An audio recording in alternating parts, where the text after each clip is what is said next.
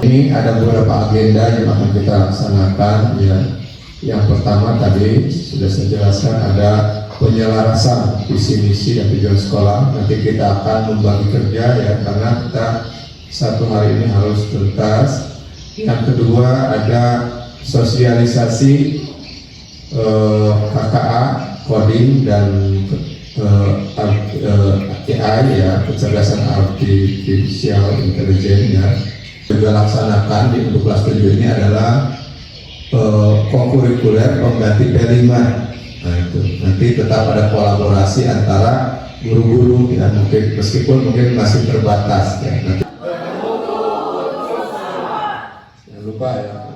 Ya, kita pemanasan dulu, silakan ambil posisi Bapak Ibu, kita senam anak Indonesia hebat dulu biar pada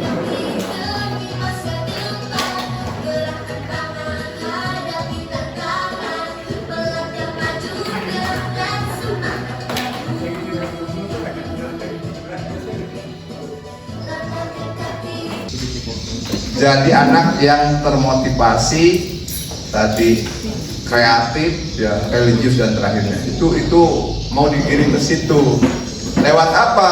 Lewat misi dan tujuan dan program, harus ada program ya. Kalau nanti gunanya penganggaran misi dan tujuan.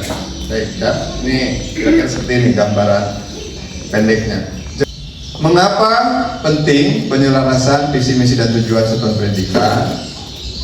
Yang pertama karena ada arah dan dasar kebijakan satuan pendidikan ya. Nah, ini misi sekarang. Misi ini adalah cara sekolah mencapai visi dengan apa, dengan kegiatan apa, dengan apa. Sama misi dibangun dan dilaksanakan secara kolektif. Misi menyatakan tindakan ya, bukan kondisi. Terdapat benang merah dengan visi, ada jelas benang merahnya. Misalnya tadi mewujudkan siswa yang termotivasi, berarti dalam misi ada kegiatan apa? Membangun ya pembelajaran mendalam yang meningkatkan motivasi siswa, misalnya seperti itu. Yang selanjutnya tujuan ini adalah indikator keberhasilan, indikator capaian nyata, tidak hanya akademik tapi kualitas lulusan secara holistik keseluruhan. Hubungkan dengan dimensi profil lulusan sekarang ya, yang 8 tadi. Cara membangunnya dengan SMART, specific, measurable, attainable, relevant, dan time-bound. Nanti kita baca kembali KSP yang sudah dibuat di tahun yang lalu, pakai kerangka PM sebagai penyaringnya juga, baru kita rancang ulang ya. Jadi ini dasarnya ya. 8 apa rumusnya? 8 3 3 4. Ingat aja. Generasi muda adalah digital native. Seperti kita ketahui, peserta didik kita sekarang itu rata-rata adalah Gen Z dan generasi Alpha, yang mana mereka dari mereka lahir itu sudah mengenal teknologi. Makanya digital native ya, mereka sudah terbiasa dengan adanya teknologi dalam kehidupannya sehari-hari. Nah, tapi mereka, murid-murid kita itu perlu diarahkan. Ya, jangan dilarang, tapi butuh diarahkan dan dibimbing sehingga mereka dapat menggunakan teknologi itu dengan bijak, dan mereka itu bukan hanya konsumen atau pengguna saja. Kemudian, apa tujuan dari pembelajaran ini? Yang pertama, meningkatkan literasi digital dan kesiapan menghadapi masa depan. Kemudian, membentuk siswa yang berpikir kritis, kreatif, dan kolaboratif. Membekali siswa untuk menjadi produsen teknologi, bukan hanya sebagai pengguna. Dan yang keempat, menanamkan nilai etis dalam teknologi, tanggung jawab sosial, keamanan, dan inklusivitas. Apa saja sih yang dipelajari siswa pada pembelajaran ini? Ada 4 komponen penting pada pembelajaran KA ini. Yang pertama itu berpikir komputasional, kemudian ada literasi digital, dan yang ketiga ada etika kecerdasan artifisial, dan keempat adalah pengenalan AI. Pembelajaran coding dan KA itu adalah program baru yang dirancang untuk menyiapkan peserta didik kita menghadapi tantangan dunia digital masa kini dan masa yang akan datang. Nah, materi ini juga membantu peserta didik untuk berpikir kritis, sistematis, sehingga mereka itu bisa mencari solusi dari setiap permasalahan-permasalahan yang mereka temui pada kehidupannya sehari-hari. Bagaimana penerapannya di sekolah? Ada dua bentuk penerapan pembelajaran KA ini. Yang pertama adalah plug dan yang kedua unplug.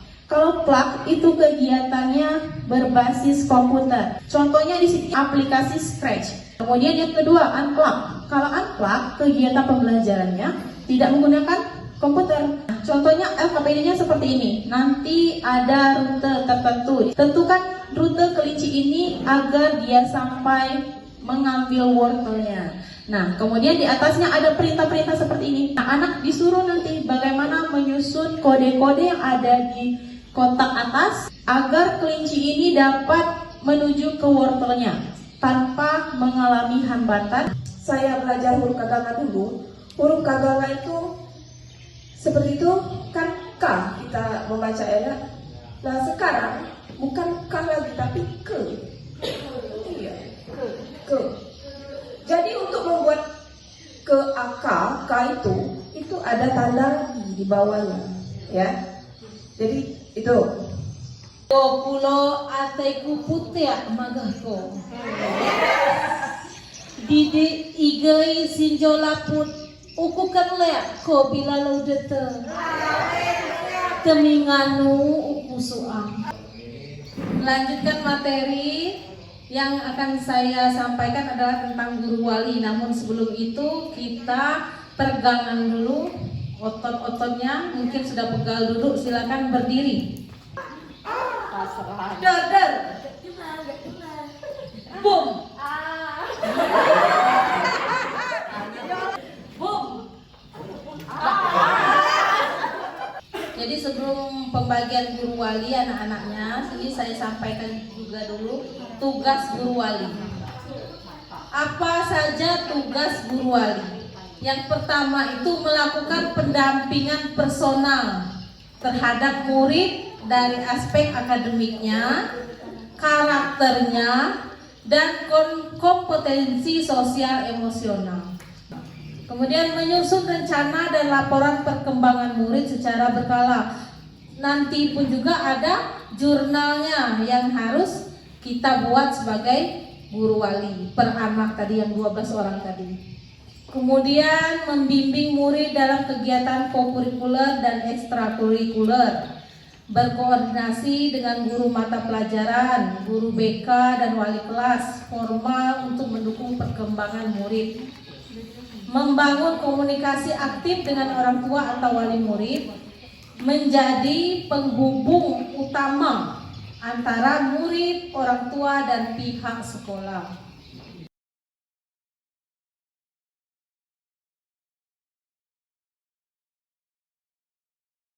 Kokurikuler berarti antara intra dan ekstra, di tengah-tengah ada kurikuler kan.